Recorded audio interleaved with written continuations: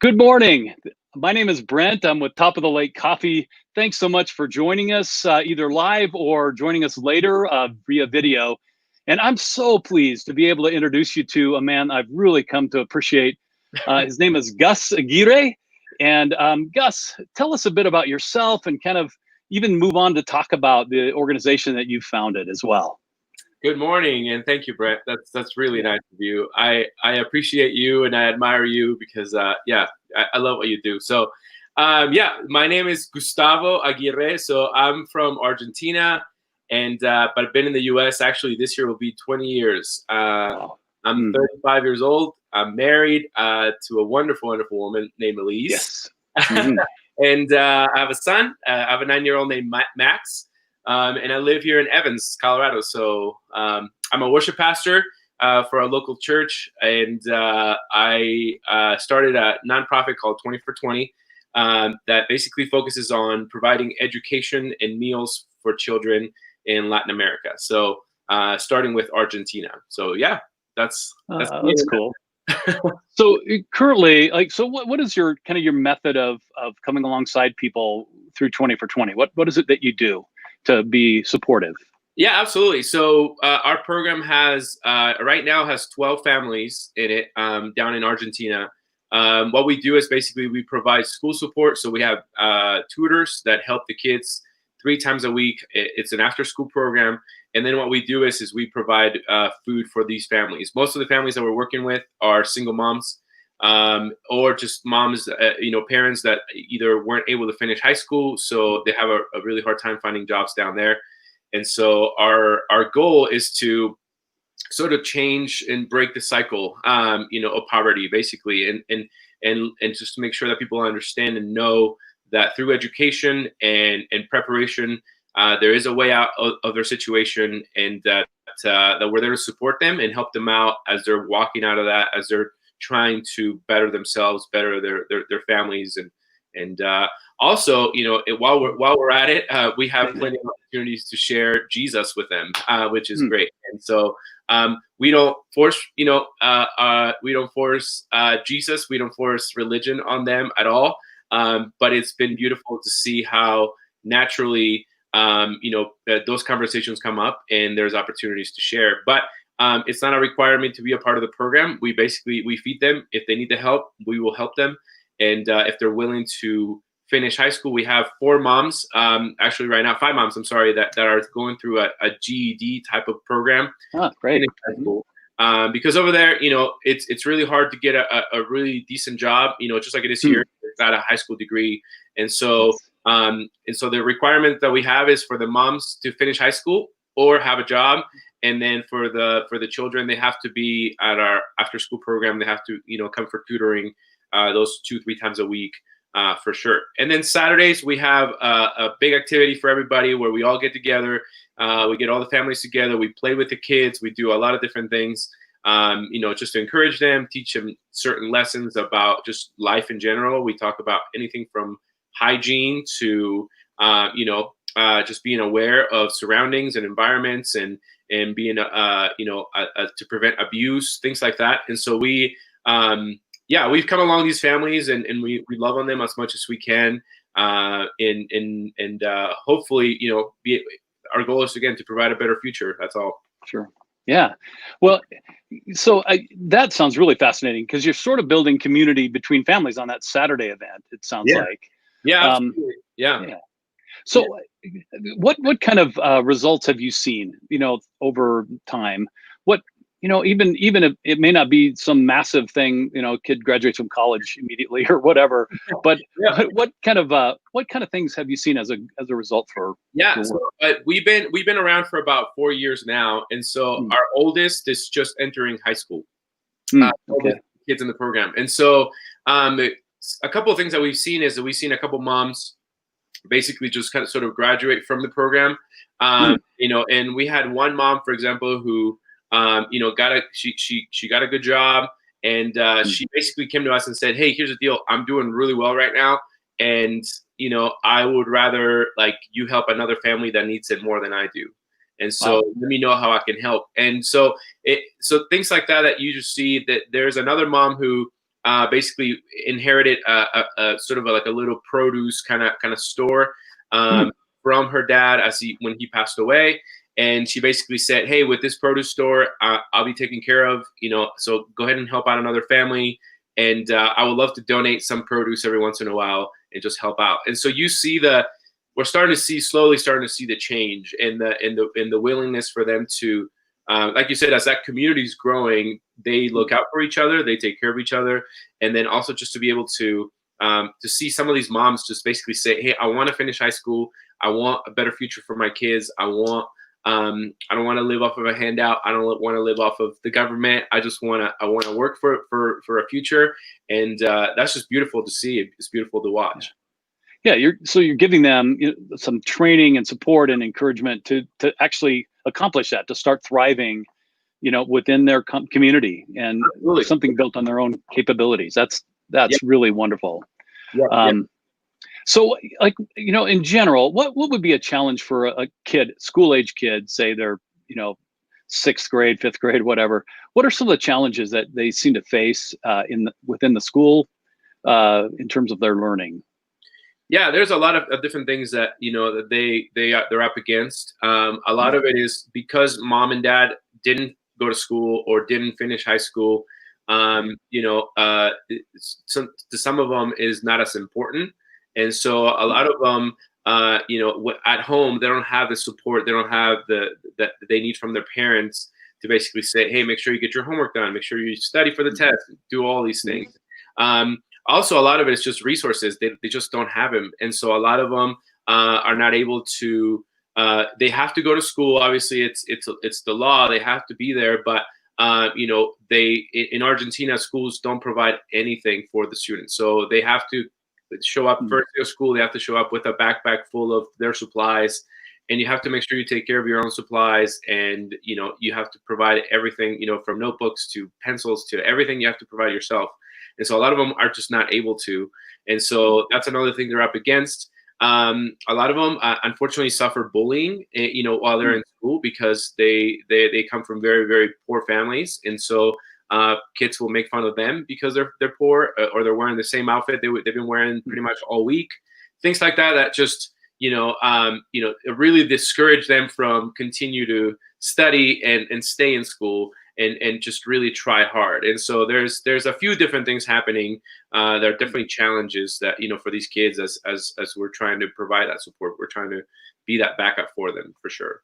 Yeah, that's wonderful. I think, we at Top of the Lake really see the creating of opportunities as a critical factor, like coming alongside to open a door. One of the things we've done to create opportunities is 3 times now we've brought up leaders from a women's weaving cooperative in San Juan la Laguna. They're from Casa Flores Caco. And you've twice now you've come to, kind of events where we've just wanted people to meet Miriam and Delfina. And what that does for them is give them a much bigger opportunity to display the incredibly wonderful textiles that they create, and then to sell it in the U.S. marketplace. And that has just provided wonderful things because their goods are terrific. Like we're not giving them charity. We're simply seeking to open a door. And I believe that's what you're doing as well with 20 for 20 for families and children. So last time you came to meet with Miriam and Delfina, you had a good conversation with them. Let's just talk about your impressions of Miriam and Delfina and kind of what you're thinking about them. So it was a great conversation. It was I feel like the second time around, I got to really just listen to and see a little bit more of what they're actually doing down there and their work. And so and after talking to them, afterwards and just having a chance to get to know them a little bit better, all I kept thinking about was like, this is it. Like, this is what 20 for 20 is all about, is women and, or just people in general that are not conforming to whatever they were brought up with. They want to work, they want their community, they want to succeed themselves, but it's not only for them, They want to see their community succeed. They want to see their town grow and prosper. And so, and they're willing to do whatever it takes. They're willing to do the work to get there. And so that's awesome. And so the conversation we had with them was basically, I said, I'm not sure how we can help you, but I want to partner with you. I want 20 for 20 to do something in Guatemala. And so that opened up a door recently for us to partner together with Top of the Lake for them to build a chicken coop, basically, which will provide jobs, not only it'll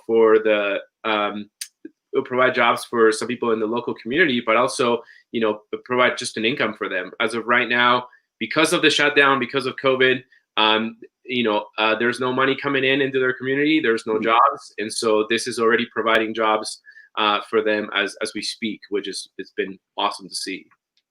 Yeah, it's been a great journey. I mean, it's great. We have this little WhatsApp chat group, and kind of we get pictures and interactions. I think the thing that has been most meaningful for me is that we approached it asking, what might help the community now? Like what does the community need? And really tried to respond to the wisdom and vision of Miriam and others that we asked that question. And the chicken coop is much bigger than one I would have ever been participating with. It's like I think it's for 100 hens, right? And so it's made the building, and we'll post some pictures here on Facebook on the Top of the Lake site, and we'll share them with you, Gus, if you would like to as well. Absolutely. But, yeah, it's like cinder block and chain link, and the idea. Did you recall how many people it might employ once the operation's getting going?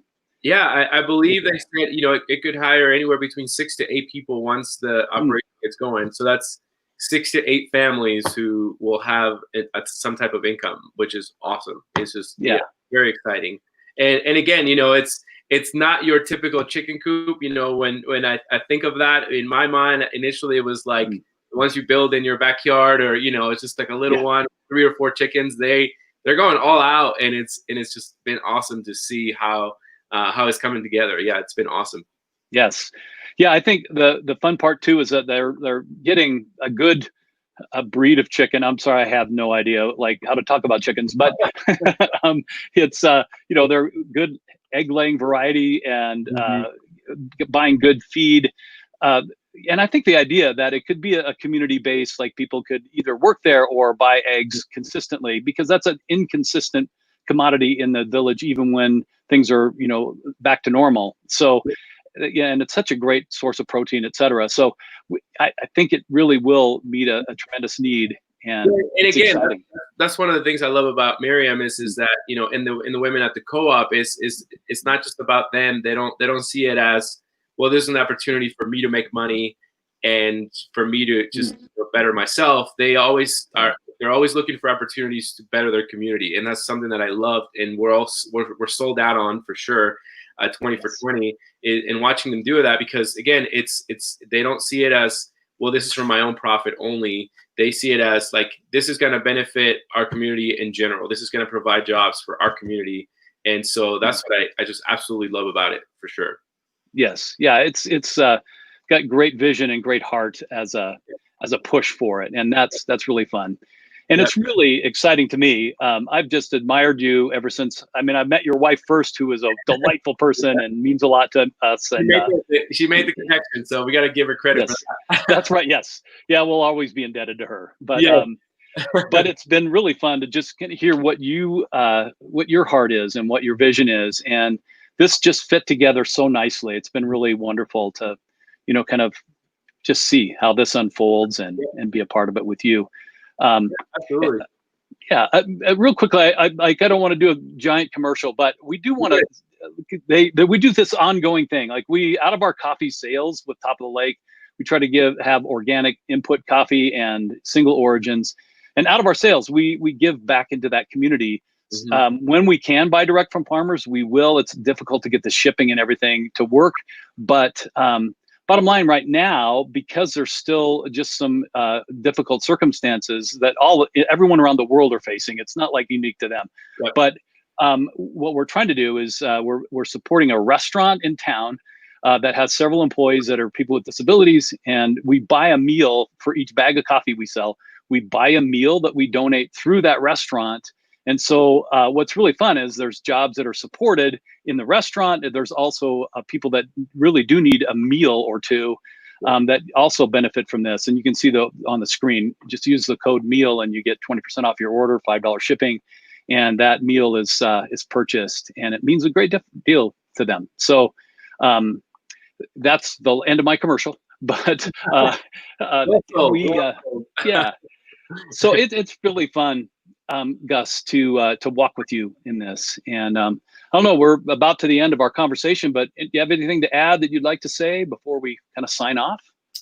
No, I mean, same thing. I we love partnering with Top of the Lake, and we love our, the ongoing partnership we have going on, and the way that we can support each other, it's been awesome. And so I think that this chicken coop project, just to clarify, and everybody knows, like, we are partnering together to help this community grow, and the way that we're doing that is by helping them build a chicken coop that will provide jobs and also just food for the community. So it's a great deal. And so if you can support that in any way, that's awesome. And so thank you again. I really appreciate it, Brent, and just the opportunity to talk about 20 for 20, and also just the great things that are happening as we are partnering together.